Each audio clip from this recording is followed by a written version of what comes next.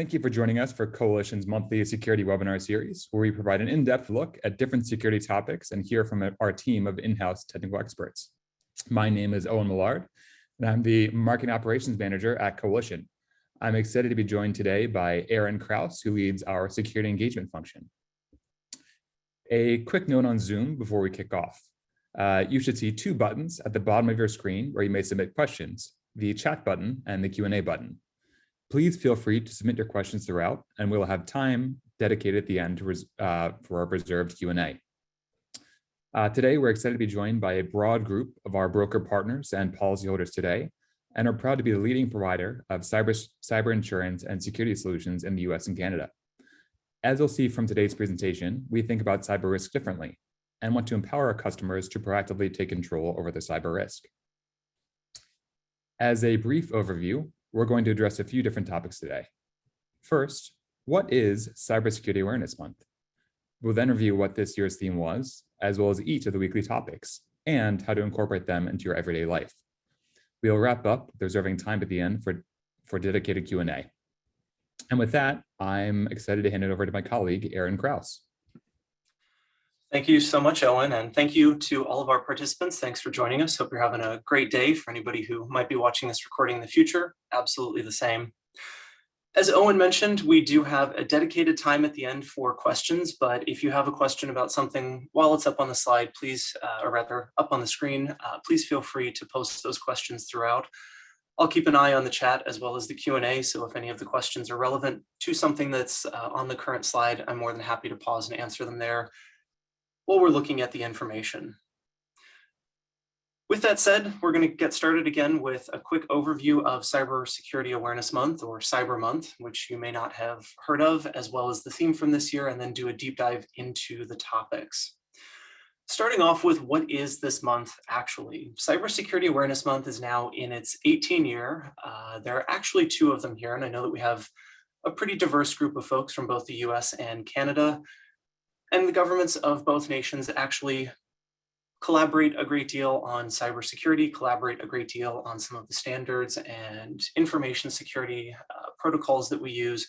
So Cybersecurity Awareness Month is actually something that is sponsored by both nations. They have slightly different tracks, slightly different goals. In the US, an agency known as the Cybersecurity and Infrastructure Security Agency, or CISA, uses Cybersecurity Awareness Month with the goal of raising awareness about the importance of cybersecurity, making sure that all Americans have both the resources as well as the knowledge that they need to be safe and secure online. In Canada, pretty similar goal. There is the Canadian Centre for Cyber Safety. They have propagated Cybersecurity Awareness Month with the goal of helping Canadians to stay secure online by teaching simple steps that help to protect themselves as well as their devices. And we've got some links down here. We will be sending out copies of the slides after, so no need to copy those links down, but if you want to take a screenshot or type those in, you can also just search for these. In the US, CISA.gov/Cybersecurity Awareness Month. In Canada, you have getcybersafe.gc.ca, and that's got a lot of resources, including Cybersecurity Awareness Month materials. One thing to note on the Canadian side, all materials are available in both English as well as French. As I mentioned, Cybersecurity Awareness Month is now in its 18th year, so this is still a relatively new topic when we talk about business management and when we talk about people's personal lives. Many of us have been around for more than 18 years, have been using using technology for more than 18 years, but not necessarily thinking about security. So definitely an important time to highlight why this is something that we all need to care about, as well as give us some tools to do that. For the rest of the presentation, we're going to talk primarily about the US Cybersecurity Awareness Month, just because the way that it's structured plays more to both individuals in their personal lives, but also has some guidance and information that is relevant to businesses. The CISA, that organization, again, Cybersecurity and Infrastructure Security Agency, is focused on both personal, individual Americans, as well as American businesses. So the theme of the month we find is a little bit more relevant and has some more useful guidance for business owners as coalition policyholders or brokers selling coalition insurance, helping to apply these lessons to people running organizations, whether those are for-profit or not-for-profit. We think that there are some key and important lessons in here. So that's what the month is all about. It is celebrated in October of each year. This year's Cybersecurity Awareness Month, the theme was do your part, #be cyber smart. And like many stories that we may be familiar with around the holidays, an underlying piece of this message is that it's not just a single month, it's not just a special time of the year where we stop and think about cybersecurity. Criminals, hackers, people looking to take advantage of your business obviously do not wait for the month of October to launch their attacks. So of course, obviously, it's important to make sure that you are keeping security in mind throughout the year. This isn't something that you should just focus on during one particular month, but it is helpful to have that individual focus. This year's theme was inclusiveness, making sure that everyone recognizes that they do truly have a part to play in cybersecurity. This applies both at work as well as at home. And when we talk about protecting information and protecting devices, it's important to remember that we not only have work devices, we might have a work laptop or a work cell phone, company applications that we have access to where company data is stored, but then we're also increasingly using our personal devices, using a personal laptop to do some work while we're working from home during the pandemic, or using a personal cell phone to access company email or access company applications. And it's important to remember that those lines between business and personal are blurring.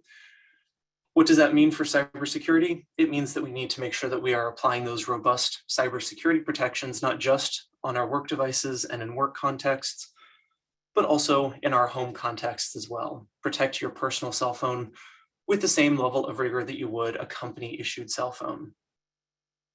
I actually pulled this graphic out of the CISA.gov webpage, as well as all of the materials that they published for Cyber Awareness Month. And I love this because it really highlights the target audience of Cybersecurity Awareness Month. Spoiler alert, it's not me as a cybersecurity professional. It's not somebody who is thinking about these topics, writing about them, actually implementing cybersecurity programs. We have three folks of a certain age here who are using technology, and they may not be digital natives. Even if they were digital natives, they may not be cybersecurity natives. So again, everyone has a part to play.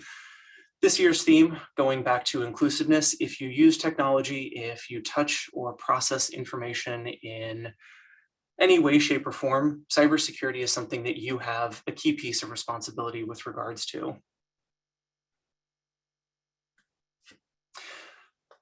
With that said, we're going to take a look now week by week. In the US here, Cybersecurity Month was broken down into four weekly subtopics, if you will. Week one's topic was Be Cyber Smart. And the key takeaway here is that it's critical for everyone to be aware of cyber risk. And of course, the corollary to that, what things you can do to help reduce or mitigate those cyber risks. Going back to that point of inclusiveness, of everyone has a role to play.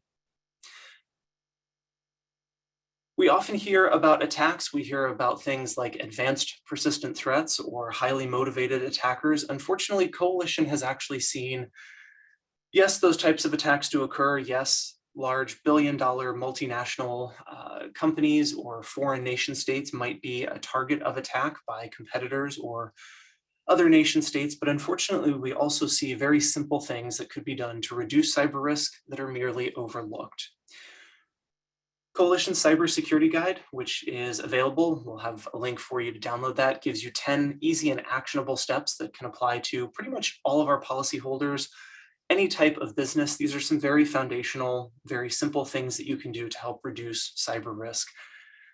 And that ties in quite nicely to another document that Coalition has published, which is our claims report, basically looking at cybersecurity incidents that rose to the level of an insurance claim. So if something went wrong, some part of a business was disrupted, the Coalition's claims report highlights some statistics, trends, things that we saw in those security incidents that actually turned into claims. And why do we focus on those? Well, because unfortunately, if you file a claim, your business is having a bad day. If you need to call your insurance company, that means that something has gone wrong, which is disrupting what it is that you're in business to do. Most of us are not in the business of cybersecurity incident response. We're in the business of selling insurance for our broker partners or selling products, goods and services, consulting, whatever your business might be, you want to be doing that, not dealing with a cybersecurity incident. Again, our claims report highlights the importance of some of those basic steps, things that you can do to help reduce risks. More importantly, they line up with some of the documentation that was actually published as part of Cyber Awareness Month. So I pulled out a couple of quotes here that I felt tracked very nicely to some of the data that we had in the claims report. One quote here really stood out: businesses face significant financial loss when a cyber attack occurs. That's vague. Let's be a little bit more specific. From Coalition's data set, the average ransom that we saw demanded in ransomware attacks was almost 1.2 million. $1,193,159. We decided to round off the cents. I don't want to scare anybody. I don't like to do security by spreading fear, uncertainty, and doubt, but that is definitely a number that is worthy of consideration. That is a number that for many small businesses, that could be your yearly revenue. For some larger businesses, that might be a month or even a quarter's worth of revenue. Stop and think, could you live without that particular inflow of cash? Could you make it if a ransomware demand came in and somebody wanted $1.2 million out of your bank account? Could you as a business continue to function? That number is also important because it's going to be a critical part of planning your cybersecurity program. That number is what you could potentially stand to lose. And cybersecurity, like all risk management activities, is really about doing a cost-benefit trade-off. You can put some controls in place, you can put some processes in place to help reduce cyber risks. Those tools, those processes come with a cost. If you could stand to lose 1.2 million in a ransomware attack and you can design a cybersecurity program that only costs $100,000 a year, as a business decision maker, to me, that cost-benefit trade-off makes sense. If you're looking at buying insurance and you're facing a potential ransomware claim of 1.2 million and you can buy insurance for less than 1.2 million, it's pretty much a no-brainer decision. And that, again, is a good example of that cost-benefit trade-off. Another interesting quote that we found: cyber criminals often rely on human error from the documentation published as part of Cyber Awareness Month. Tracking that back to Coalition's claims report, the ransomware and funds transfer fraud that we saw, also known as FTF, accounted for about 50% of known losses. How does that tie into human error?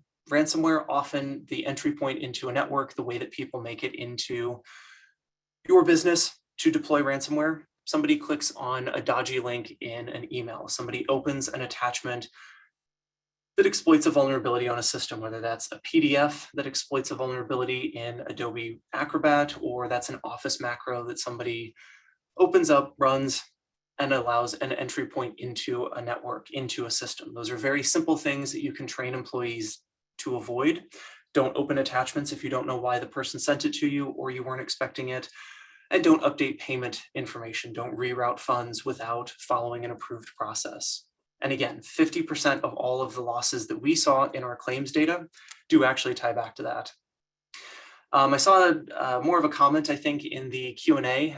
Great comment, and wanted to address it. A more useful stat would be to break down businesses by size. The Coalition Claims Report actually does do that. So if you want to grab a copy of it, I didn't want to rehash the entire thing on the slides here. But keep an eye out for an email following up from the webinar, and that will give you some instructions on how to access that if you'd be interested to see by industry, as well as by business size, where we saw average claims going.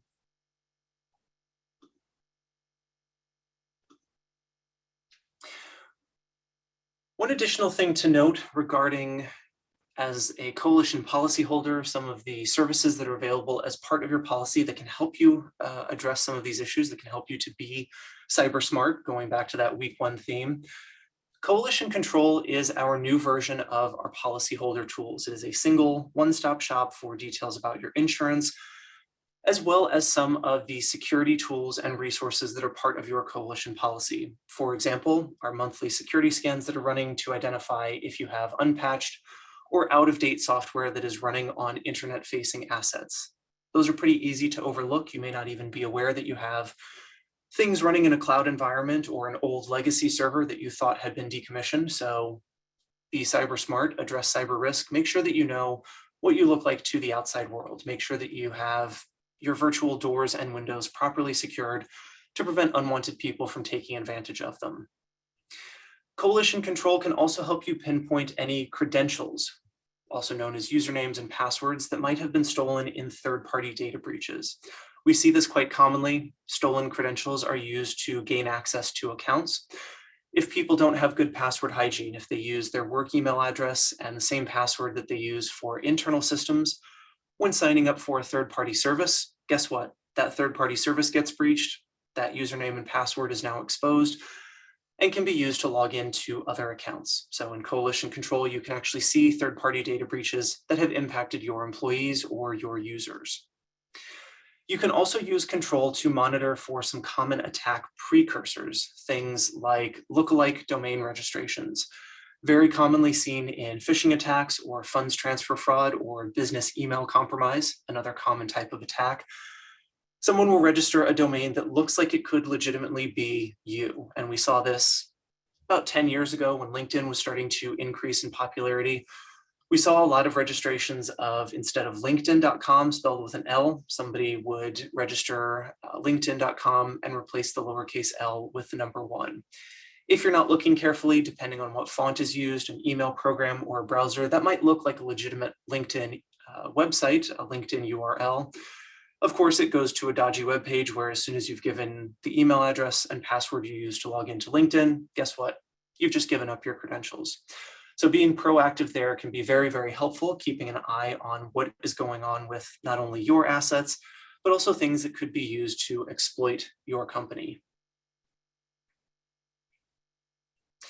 Great question came in here. Coalition control is excellent. What do we recommend to evaluate a vendor or third-party infrastructure? You can actually use coalition control if you are a policyholder or if you signed up for it as a separate standalone product. It is free to our policyholders. You can actually register to monitor third parties, so you can use all of these same features that are available to monitor your vendors, monitor your business partners. In terms of data arrest or data in transit encryption, that's going to be a little bit more technical. That would be where you might look to engage a third-party auditor, or you may have an internal function that does some sort of third-party or vendor risk management. So they might send out questionnaires, they might ask for audit reports like a SOC 2 Type 2 audit.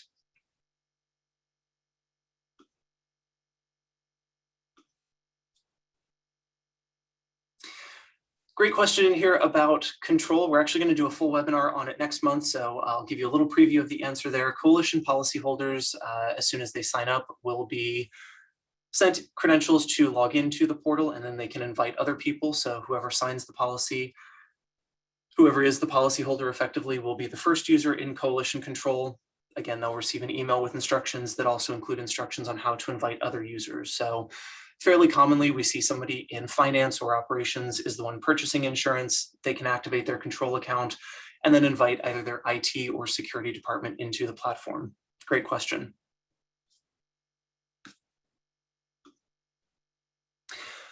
Moving on to week 2, we've talked about the importance of email security. We've also talked about, unfortunately, the number of attacks that we see where email security, or poor email security, if you will, was the root cause. Once again, a pretty alarming statistic here. Our data actually shows that about half of our claims started with a phishing incident of some sort. Either a user clicked on a link and had something installed on their computer because they visited a website, or they clicked on a link and gave up the credentials needed to log into a system, or they followed a phishing email that ended up leading to something like a business email compromise or funds transfer fraud. Illegitimate email that they followed the instructions in. This all comes back to one of the key things about email, its variability, its flexibility. There is no standardization in a lot of email. I may be emailing with Mary in accounts payable at one of my customers today. Next week, all of a sudden I get an email from Bob. Does Bob actually work for my customer? Is he a new employee? Is Mary on vacation? Unfortunately, I don't know that, but I'm trained to accept these incoming emails kind of at face value. And unfortunately, that variability makes email very difficult, very easy to exploit and very difficult to secure. It's not something that is locked down. Couple of ways that you can implement the guidance in week 2 to fight the phish. Basically, look at protecting your email. One of the most common, easiest, lowest cost, simplest things that you can do, and we harp on this on basically every presentation that we give, is enable multi-factor authentication, or MFA, on all of your email accounts, both business as well as personal. MFA does not necessarily fight phishing. It does not prevent phishing attacks from being successful, but it is there as a stopgap. It is a compensating control. If a user clicks on a link and provides their username and password, provides those credentials, MFA makes those stolen credentials very, very difficult to exploit. So even if somebody falls for a phish, it helps to stop these stolen credentials from being useful. Make sure as well that you train your users on how to spot common elements of phishing. So oftentimes you will see in a phishing email, there's a sense of urgency. There's something that if you don't take action within the next 24 hours or within the next 2 days, something drastic is going to happen. From a business standpoint, we often see your email account will be shut down. Your order will not be delivered because payment cannot be processed. On a personal side, we often see threats of law enforcement activity. If you don't pay this quote unquote tax bill that you owe, we're going to send the IRS police or the Canadian Revenue Agency police to your door. This actually ties into a question that was in the Q&A earlier. Do we have a 20-minute video to show employees? Coalition does not have any of our own branded training for security awareness. However, as a Coalition policyholder, you do have 15 free licenses to our training partner curricula, and then a discounted rate on additional seats or additional licenses for that training thereafter, which also includes phishing simulation tools, so you can train people how to spot these phishes, and then also see which of your employees have learned their lesson and which ones might need some additional training. Further ways to protect your email. You can, great question in here, MFA, multi-factor authentication. Basically, instead of just a password, which is one authentication factor, multi-factor authentication is a password plus a code from a multi-factor key fob or a multi-factor authentication app on your phone. You can also do biometric multi-factor. You type in your password. You also scan your thumbprint or your face in order to unlock an application or log into an online web app. Going back to the variability of email, the fact that so many different processes are conducted via email, one of the ways that you can actually help to secure your email is to look at implementing some process-based controls, irrespective of the technology being used. Great example of this is a 2-person requirement for sensitive processes like updating accounts. Many of us might be familiar with these in the sense that we do have these in place for a number of things we do on a daily basis. Great example are expense reports. As an employee, I can submit an expense report, but I obviously am not allowed to approve it. The risk for fraudulent transactions, for fraudulent payments is pretty high. So I can submit my expense report, but then somebody in the finance department has to review it, make sure that all of the expenses are legit, follow company policy, and then they approve it. That's a good example of a 2-person process. Updating payment information or approving a transfer for funds transfer over a certain dollar amount might be a good example of a process where you could implement a 2-person rule. How does that help you fight phishing? Again, it gives you a stopgap. It gives you a little bit of a corrective control. If one person doesn't catch the fishy part of the request, if one person doesn't spot something that looks a little bit odd or a little bit out of place, having that second person as an approval gives you more eyes on the problem. It gives you an additional opportunity to catch something sketchy going on. Seems pretty self-explanatory, pretty obvious, but I find many people are unaware. The next recommendation that we have here is to utilize some email security tools. And there actually are pretty robust built-in tools in common platforms like Google Workspace and Microsoft 365. So make sure you're turning on things like highlighting senders from outside the organization, or making sure that you have the spam filtering turned on and tuned. Good example, Google Workspace gives you the ability to highlight a message that looks like it comes from somebody inside your organization, but does not come from that person's email address.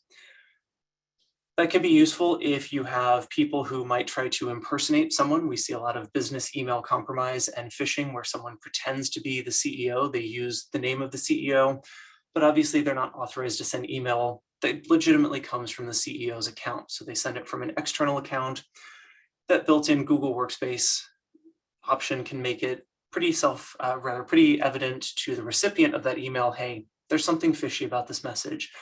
It looks like it comes from Bob Smith, but it's not coming from Bob Smith's corporate account. It's coming from a different email account. Could be the fact that the CEO emailed you from a personal account by mistake. It's legit. It could also be someone impersonating the CEO. There are, of course, also add-on tools. There are some that you might be familiar with or have heard of, Mimecast being a good example. Barracuda also has some email security products that can help you to scan your emails for things that might be fishy, suspect attachments, messages that come from known senders of spam or known senders of malicious emails. Depending on your risk, again, depending on how large your company is, how much of a threat it is, you got to do that cost-benefit analysis to figure out if it makes sense to pay for one of those or if the built-in tools will satisfy your needs. Final email protection recommendation that we make is to disable risky functions, things that are seen commonly as avenues for attacks. And one of the biggest, most important, most blindingly obvious ones that we see are Office macros. If you're not familiar, Microsoft Office applications, Excel, Word, PowerPoint, allow you to actually write little programs that run within a document and do some useful stuff. So you can write a macro to pull and format data in an Excel spreadsheet. You can write a macro that takes information and organizes it into tables or fields in a Word document.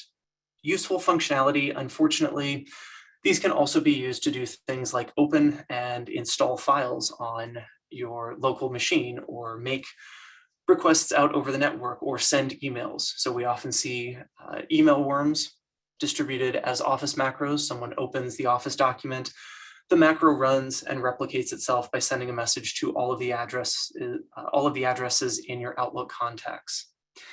If you don't need these, pretty simple way to secure, just disable them altogether. It is a simple setting in Microsoft Office. If you are using Microsoft 365, you can actually make that a global setting for everyone who is using the Office applications as part of your Office environment. If you do need macros, and we do recognize there is a lot of very valuable business functionality in them, there is a more secure way to do them. You can use signed and trusted macros. So if your internal developers have created macros that do something that's vital for one of your business processes, make sure that your developers have also signed those and then configure your Office applications to only run signed and trusted macros. Basically, making sure that the legitimate authorized applications can run, but shutting down that opportunity for malicious macros that have been distributed via email, running on your network, doing unwanted stuff.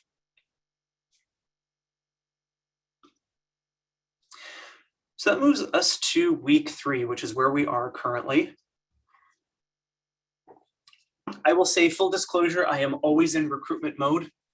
The field of cybersecurity needs as many people as possible. I will make pitches to anybody who is willing to listen or wants to listen, or is even just a little bit curious about cybersecurity. The theme of week 3 was explore, experience, share, making people aware, making sure that they understand their part, but then also doing a deep dive into what does cybersecurity look like?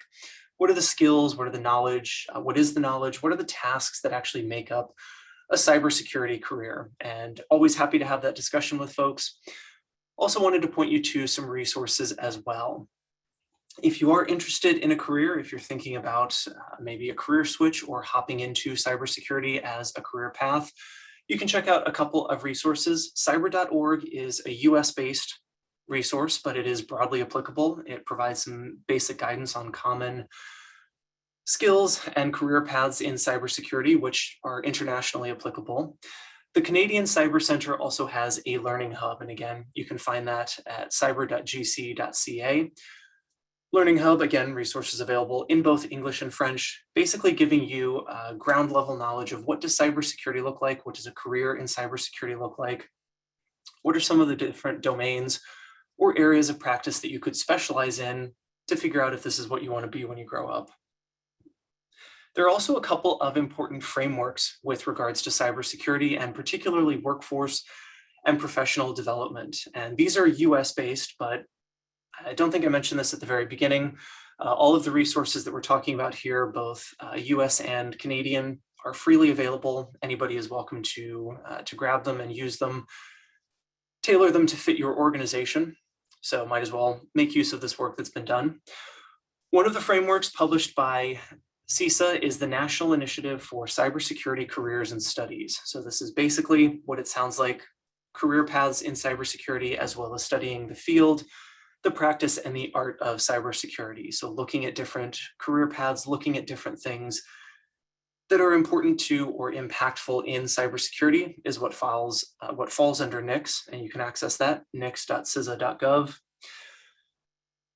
Part of that initiative was also to develop a framework for education, and a framework that could be used for both companies to develop their workforce, as well as individuals charting their career path, charting their learning journeys to becoming cybersecurity practitioners. This one is a mouthful. Luckily, it has a nice short acronym: the National Initiative for Cybersecurity Education, or NICE, Workforce Framework for Cybersecurity, which we shorten to the NICE framework. That is maintained by a US government agency called NIST. So you can see it here, again, publicly and freely available. I wanted to actually do a deep dive into this because I find it's a very useful resource, again, regardless of what career you might be in, regardless of what country you're in. Because it's freely available, it provides some very useful guidance for both organizations charting out their cybersecurity capabilities, as well as individuals, again, on a learning or professional development journey. The overarching goal of the NICE framework is to provide building blocks that describe the tasks, knowledge, and skills needed to perform cybersecurity work. And again, this comes in the form of two perspectives. From an organizational standpoint, from an enterprise or business or government agency standpoint, the NICE framework helps to identify ways to develop a workforce in order to deliver a mature cybersecurity capability. What tasks need to be accomplished? What knowledge needs to be a part of the organization? What roles do you need to create and then obviously hire for and fill and execute in order to build that cybersecurity capability, in order to properly secure networks, data, and systems? From a professional standpoint as well, the NICE framework gives you this path or this journey to explore towards becoming a cybersecurity practitioner, as well as key lessons and key ways to develop both skills as well as knowledge. Several professional development firms have actually taken the NICE framework and pegged or benchmarked their courses and their courseware against the NICE framework. So if you want to become, let's say, a security operations center analyst or a digital forensics and incident response professional, you can actually build a course journey through all of the different courses that will prepare you with the requisite knowledge to help you to build the skills and give you the proficiency needed to achieve that career objective. The NICE framework is long. It takes about a week to read through both the base document as well as all of the ancillary documents. Very, very high level. It comprises a number of important components, categories, and specialty areas, which help to break down different types of cybersecurity work. Within each of those, the NICE framework also calls out work roles. So what does a job description look like for a junior security operations center analyst? Within that job description are the knowledge, skills, and abilities. What does someone need to do in order to properly execute that role? And then also, what on a daily basis are the tasks needed for that role to execute? And it's not just daily tasks. Basically, all of the tasks that somebody in a particular work role using their knowledge, skills, and abilities would do on a daily, weekly, monthly, and even annual basis. So this again is where an organization can use that to kind of get a roadmap or a benchmark for what their cybersecurity program ought to look like. As an individual, figuring out where you want to be within that matrix, figuring out what your passion is within cybersecurity. You can use the tasks, the knowledge, skills, and abilities to figure out how you want to get there. One thing that is important to note here, we're talking about the NICE framework, we're talking about it as a cybersecurity specific thing. I said, come to the dark side, come and join us in cybersecurity. It's important to remember that large parts of cybersecurity will be delegated or devolved actually throughout the organization. Classic example of that is HR, human resources, or people operations, whatever you might want to call it. They're responsible for doing a lot of very important security work in the form of background investigations, and of course, also making sure that job descriptions are being adequately documented. So when you're going out to hire, you're getting the right people. You are hiring for or recruiting the right knowledge, skills, and abilities.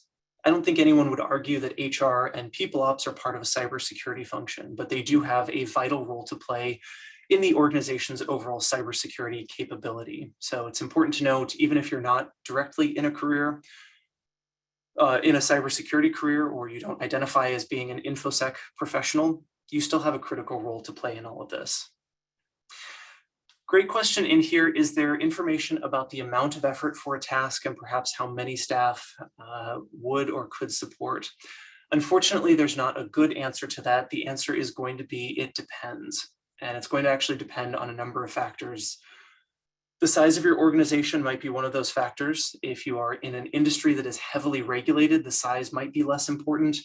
Those regulations driving what things you need to do in order to meet your security regulatory obligations, that's actually going to be a pretty large driver. So there's a lot of variability there. It's up to you to use the framework and inject your particular context, if you will.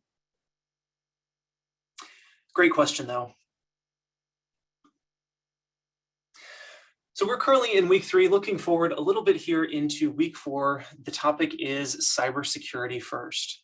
Basically making sure that you bring cybersecurity to the forefront, making sure that cybersecurity is not an afterthought. Again, I want to avoid fear, uncertainty, and doubt, but I do want to highlight some important context for why security is important, why it deserves to be promoted up to the big kids table, up to being a primary concern for most businesses and most organizations. Again, going back to Coalition's claims report, we saw continued increased impact of cybercrime as well as poor cybersecurity practices. Our most recent claims report covered a period in 2021, and from that period, we actually saw some interesting stuff. Again, 1.2 million average ransom claim.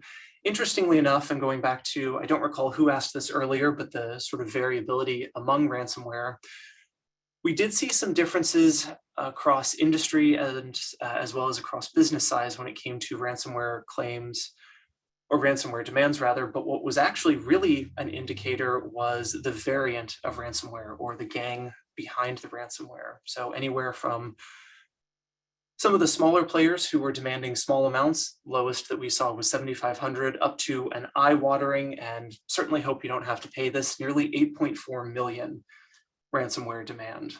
So not only what industry you're in, not only what size of business, but also it depends on which ransomware gang is going after you. Some of that will of course be tied to industry. We do know that there are certain ransomware gangs who mainly go after critical infrastructure suppliers. There are some ransomware gangs that are just opportunistic. They're sending out phishing emails to anybody who happens to respond. They're usually playing for much lower stakes. So they would be closer to that 7,500.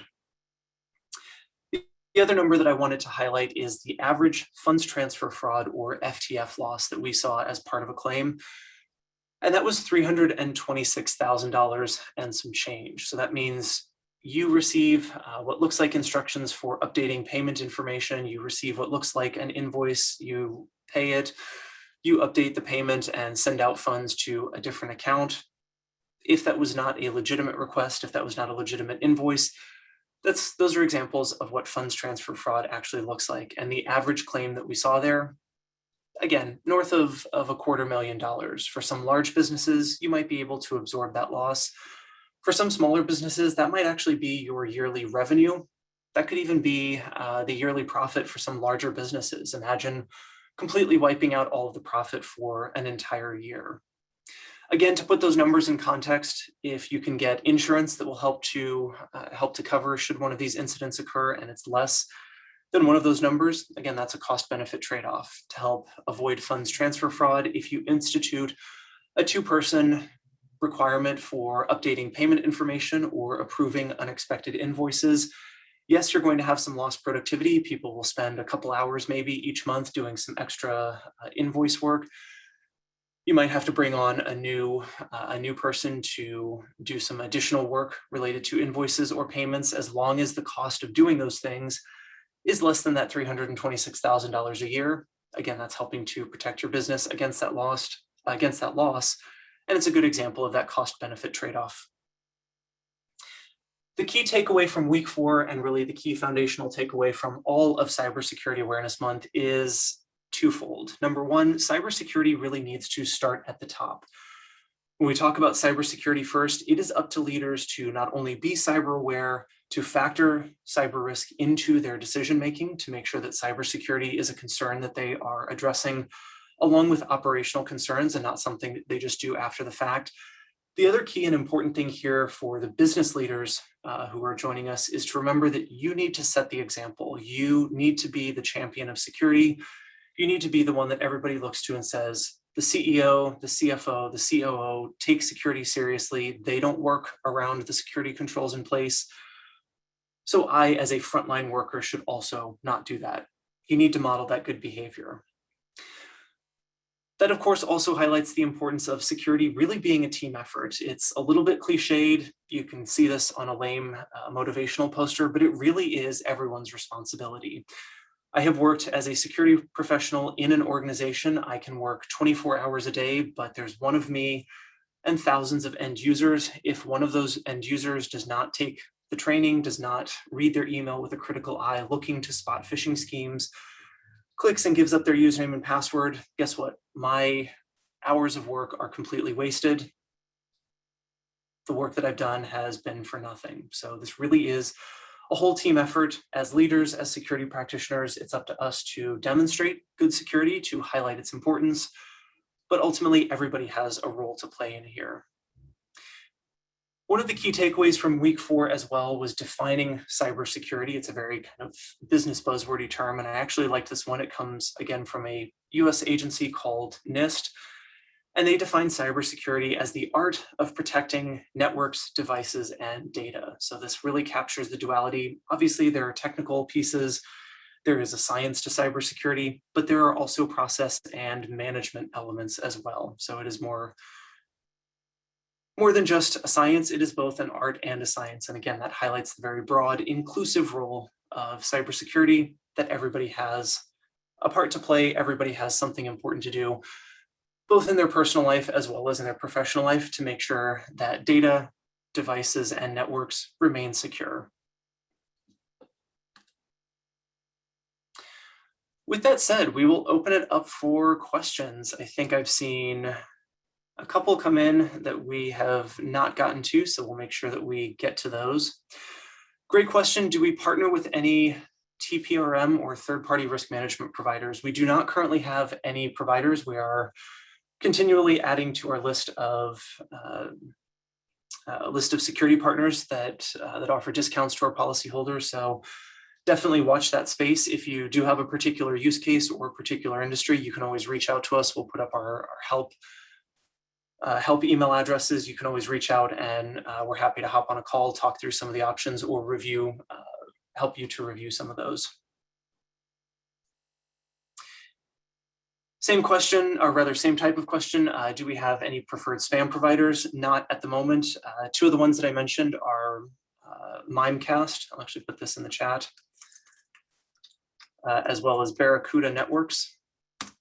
They both have virtual as well as hardware appliances, depending on what type of email you might be using. The virtual appliances obviously can be used with a cloud-based email like Microsoft 365 or Google Workspace. If you are running your own email server on-prem, you can deploy one of their physical devices. Might also make sense to look at some other players as well. And again, if you have specific questions or a specific use case, we'll put up our help@coalition email address. You're welcome to reach out to us. Should we disable Office macros in the organization totally or local machines? Is it an Active Directory policy? Great question. Unfortunately, their answer is going to be, it depends. It's difficult to say that you should disable them completely if you do not use them, if nobody in your business is achieving a critical business function using Office macros, then yes, absolutely. I would advocate for disabling them completely. If you do have people who are using them and there are valid use cases for macros, obviously not something that you're going to be able to do. You can do this via Active Directory policy, push it out as what's known as a GPO, Global Policy Object. You can also do this as part of your Microsoft 365 configuration, so you can configure your applications that way. If you do have people who are using them and you can't disable completely, you might need to be a little bit more granular, disable by default and then allow by exception. Again, the recommendation would be if you are writing Office macros, set up the capability for those to be digitally signed by the developers who actually wrote the macros, and that way people have the ability to run just trusted macros.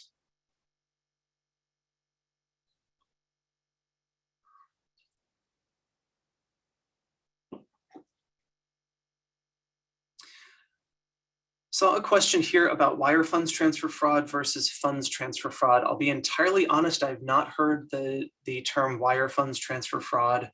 I would assume that that's a just more specific type of FTF where you're actually wiring money. Obviously, funds transfer fraud could be anywhere that funds are being misdirected. So if somebody writes to you and says, hey, please cut a check to a different account, or the one that we see, unfortunately, in personal emails a lot, where people will ask for iTunes gift cards to pay for a supposed tax bill or invoice, which would again be a type of funds transfer fraud, but you're not wiring money. I will, however, take that one for follow-up, make sure that I understand that term correctly, and get you a better answer.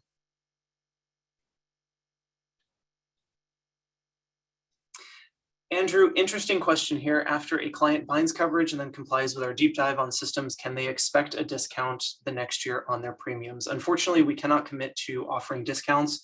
Obviously, the cyber market is changing pretty rapidly. Even over the last 18 months, there's been a huge shift in terms of the risk profile. We've seen ransomware since the beginning of the COVID pandemic obviously rose because everybody was suddenly working remotely. So remote access technologies like RDP suddenly became much more prevalent. So it's difficult to forecast directly. We definitely do take into account whether somebody is an active and engaged security customer, whether they are implementing best practices and taking care of vulnerabilities. Again, can't definitively say if you do X, you'll get Y% discount.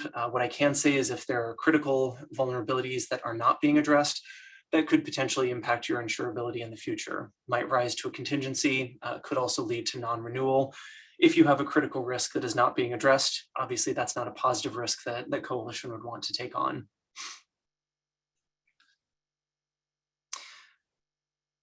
Another great question here, do we run scans on customers on a regular basis, both at application time as well as at renewal? Scans are run. We also run those scans on a routine basis, typically about monthly, sometimes a little bit more frequently, and that data is, again, accessible through Coalition control. Saw a question in here about personal lines products for home use. We do not currently offer that. I'm going to take that question for follow-up, so be on the lookout for an answer after the fact. I'm honestly not sure if we have any recommendations in that particular field. Missed the response on if you need to disable macros. Sure, happy to recap that. Disable them if no one is using them. If people are using them, either make sure that only a very small number of people are authorized to run them, or ideally, if you can, make sure that your developers are digitally signing their macros and you've configured Microsoft Office to only run signed or trusted macros.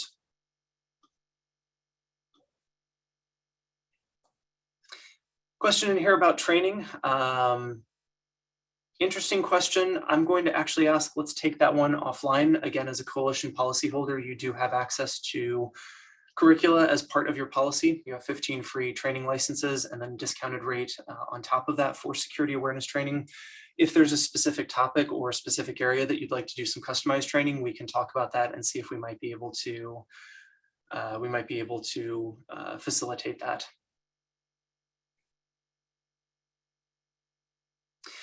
Great question here. Microsoft's external email banner warning. I presume that we recommend keeping it on for everyone. If you are regularly conducting business with people outside of the company, if email is being used as a way to get information in and out of your organization, I definitely do recommend keeping it on.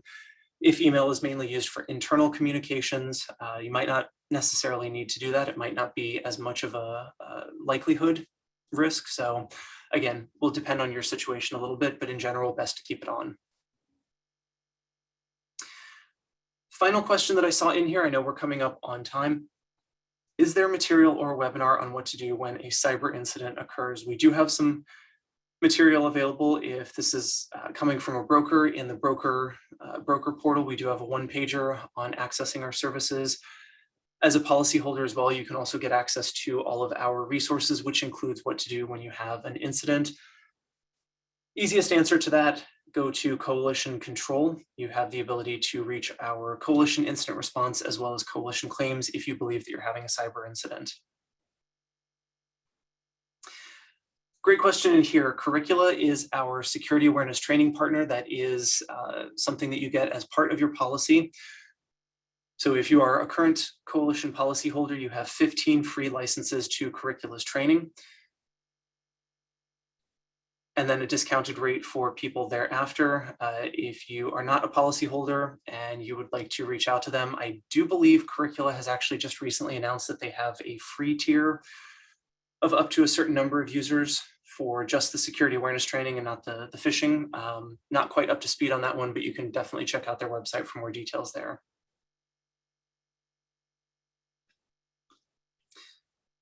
Want to put this up just to give everybody a chance to grab it. I mentioned the cybersecurity guide as well as some of our other resources. You can find all of that, of course, on our website, coalitioninc.com. If you want to grab the guide particularly, you can use this URL. We will also include instructions in the follow-up email on how to access this. Final question that I saw come in here, a lot of websites are asking for cookie approval, thoughts on if it's okay. Depends on how comfortable you are being tracked.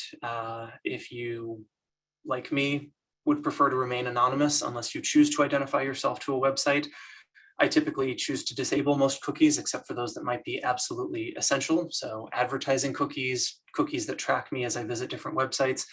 I generally reject those. Cookies that allow me to log in easier or remember who I am when I visit a web application. I do want, for example, Amazon to know that it's me when I log back in so that I can see my shopping cart. So I do allow those types of cookies. But as a great example, I do not have a Facebook account. I don't want Facebook tracking me, so I choose to disable tracking and advertising cookies across websites. Ultimately, it comes down to your personal level of paranoia, let's call it.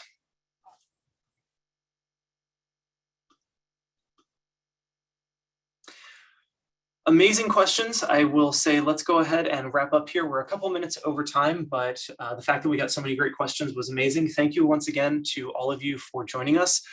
Do make sure to check out our website for all of the resources. And if you are a policyholder, be on the lookout for a welcome email to Coalition Control as well, which will give you access to not only our scan data, as well as our security partners. So we've mentioned Curricula a couple of times, but then also some additional security resources as well, like our cybersecurity guide, as well as the claims report. Final thought, if you have any questions, if you think about stuff afterwards, you can reach out to us, help@coalitioninc.com or help@coalitioninc.ca. If you have a security emergency, if you do believe that you're suffering a cyber attack or having a security incident, please feel free to reach out to us. You can reach us 24/7. You got the phone number up there.